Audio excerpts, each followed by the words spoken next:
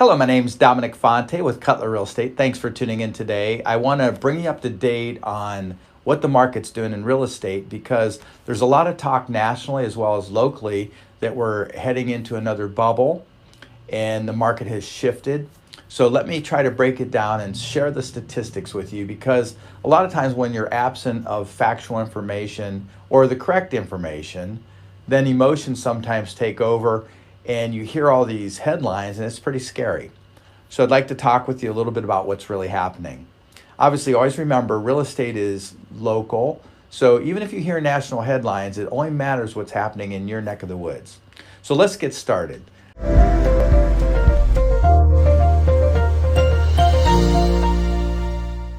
So the first slide I'd like to talk about is the appreciation factor year over year. What's happening? So year over year, the price appreciation percentages are accelerating. So if you look at January 2021 and February 2021, we were hovering around 10%, give or take. And a lot of times when you look at the longevity of real estate over the course of many, many years, you're seeing 3 to 4% as kind of an average appreciation.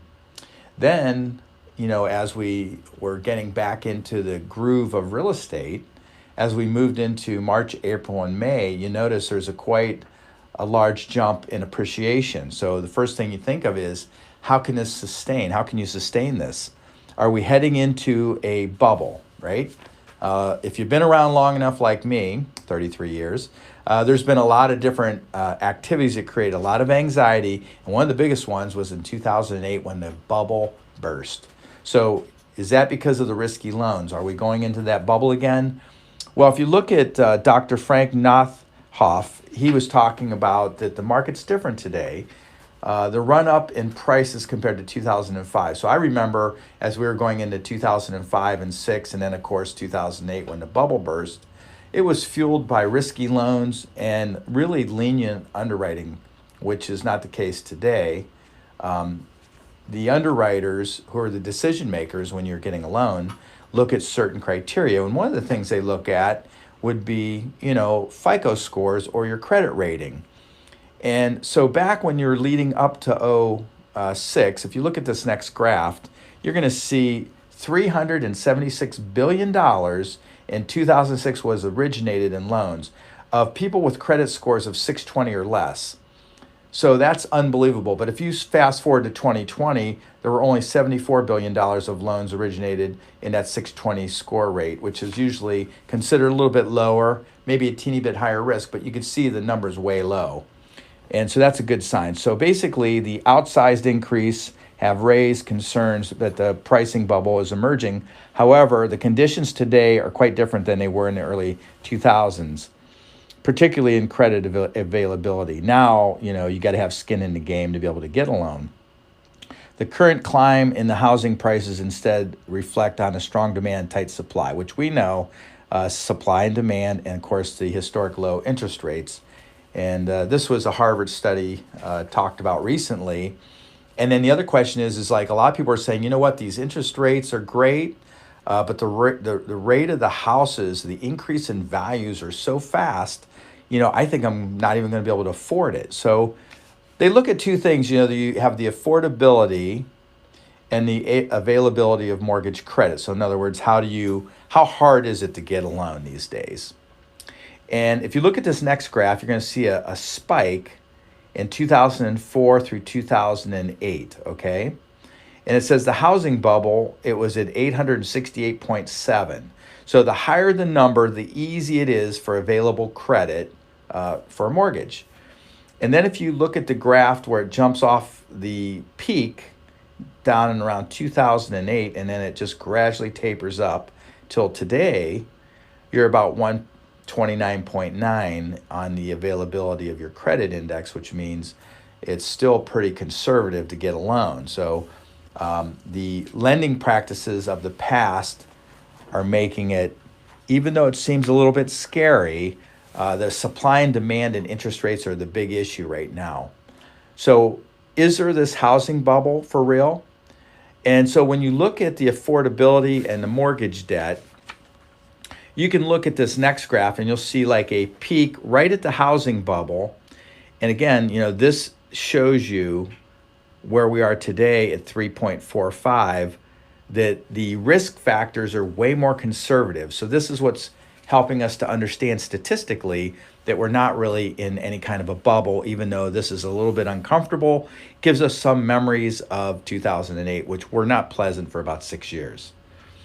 And then when you look at the Housing Affordability Index from 1990 to today, now take a look at that graph. So you see, when you're looking, like a lot of people are saying to me, Dom, I don't even know if this is going to end. Are we going to make a mistake and buy now and lose money? So that's the scary thing that people are having. But when you look at this graph, look at the far left of it, 1990, 108, and then you go to the orange, which is when we had that huge surplus of real estate. After the debacle happened, then that means that the real estate was real affordable. And then it stayed fairly affordable until look at where it's blue today. The National Association of Realtors has been tracking this in 1990. And you can see here that, yes, the affordability is up a little bit, but when in contrast to looking all the way back, it's actually more affordable now, believe it or not, even though the prices are increasing, than it was in 1990. So statistically, even though it doesn't feel like it, that's what's really happening. So the housing bubble is not going to happen. We're not going to be in a housing bubble because it's a supply and demand issue, as I was mentioning before. A lot of the millennials and baby boomers, they want to make decisions, expanding and contracting their lifestyle. And, it's just difficult because there's not many choices. So people are getting frustrated. And of course, the prices are going up because of supply and demand. Now, the main driver for the shortfall of housing, that's the million-dollar question. It's based on construction of single-family homes.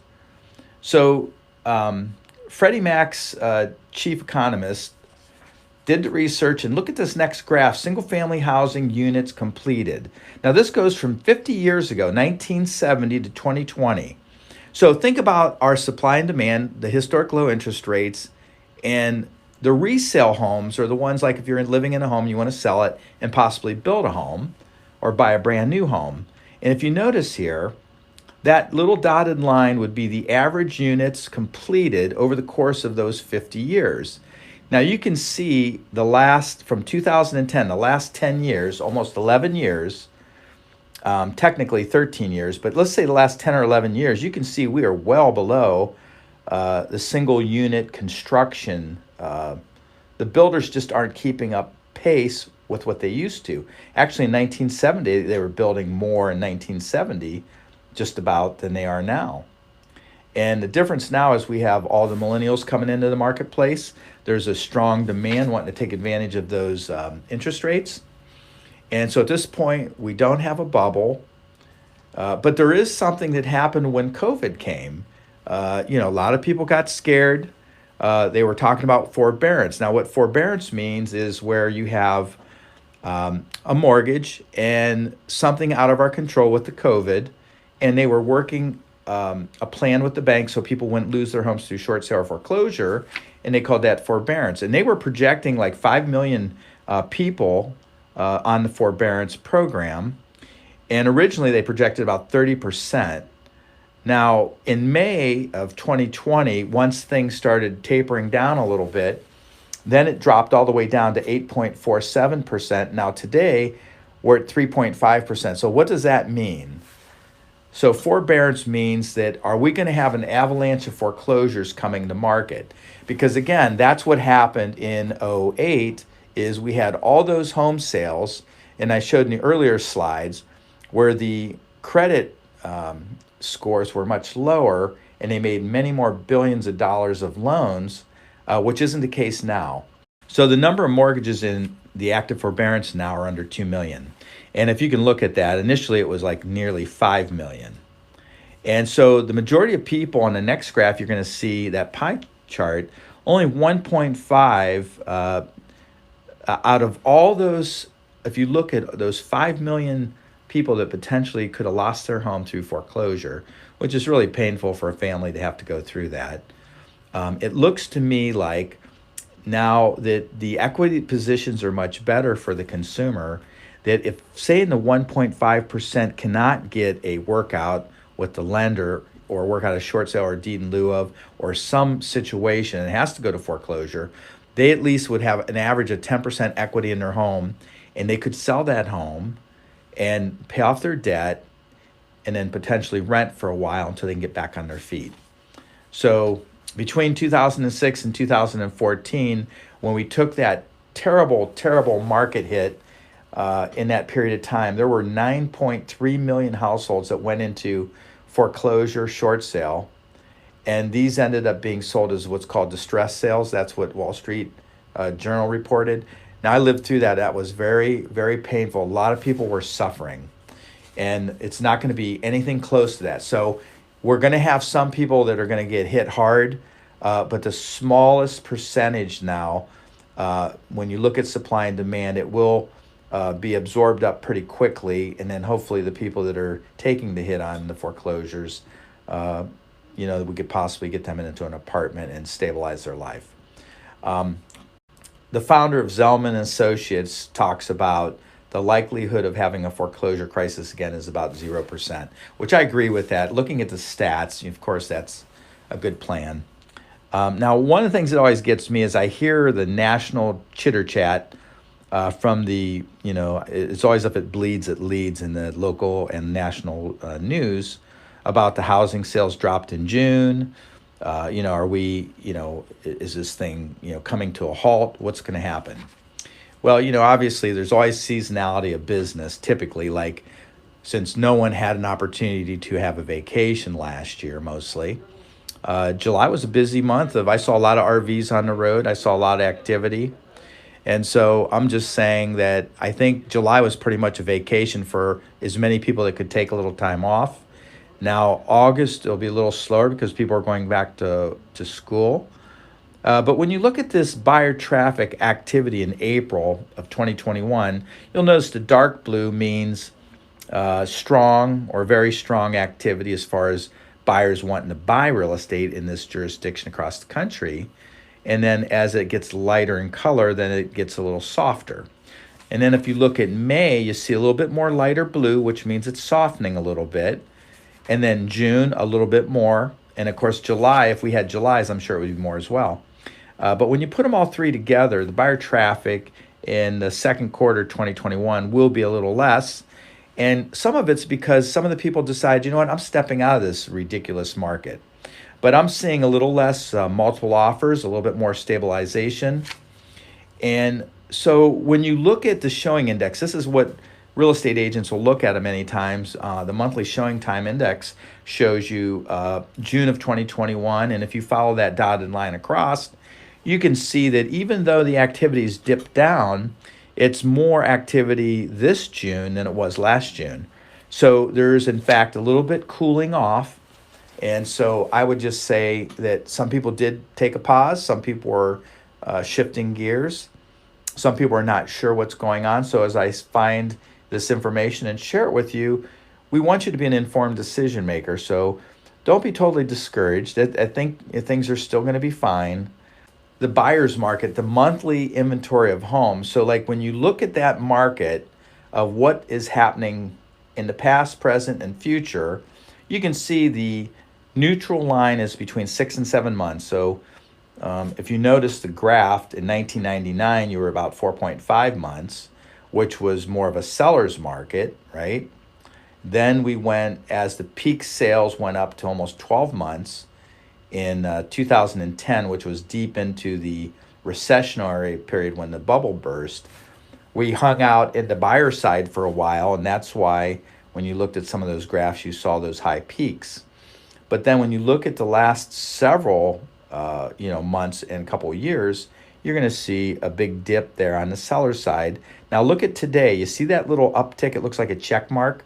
So that's showing me that there is a slight change in the market. That's what that check mark looks like.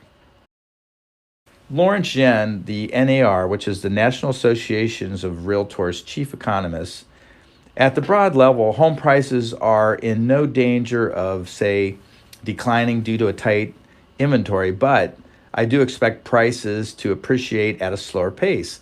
Now, you saw some appreciation, 12, 15%. I believe that's going to taper off to 10 or a little less next year, and it'll probably just taper back to where it should be, which is between 3 and 4% over the next couple of years, depending on supply and demand. And a big piece of the component of that is going to be the construction. Can they pick up pace with construction? So the main things at this point would be for your home will rise roughly within line with income growth, and it'll likely happen until 2022 as more listings and new construction become available. So in closing, what I'd like to tell you is that an informed decision maker is a happy decision maker. I always try to provide the factual information based on things that will affect you in your backyard so that you can make that decision. Now, currently, the rate's about 2.85, which is very conservative when you look over the long haul. And it's still fairly affordable, even though it doesn't appear that way. And I tried to show you those statistical graphs so that you see that. But even last year when COVID came, I think we had 16 adjustments in the interest rates, 16 lows, and we're still at 2.85. So it's a good time to restructure if you want to, refinance your home. If you have some debt to consolidate, you're probably safe to do that within reason. And if you need to buy or sell, you always want to keep that on the radar. They still believe there's growth for appreciation. Obviously in the Midwest where we are, the real estate's still pretty affordable. But as we move forward with the rest of 2021 or 2022, keep me in mind if you have any questions. You can always go to dominicfonte.com or call me at 330-418-1535.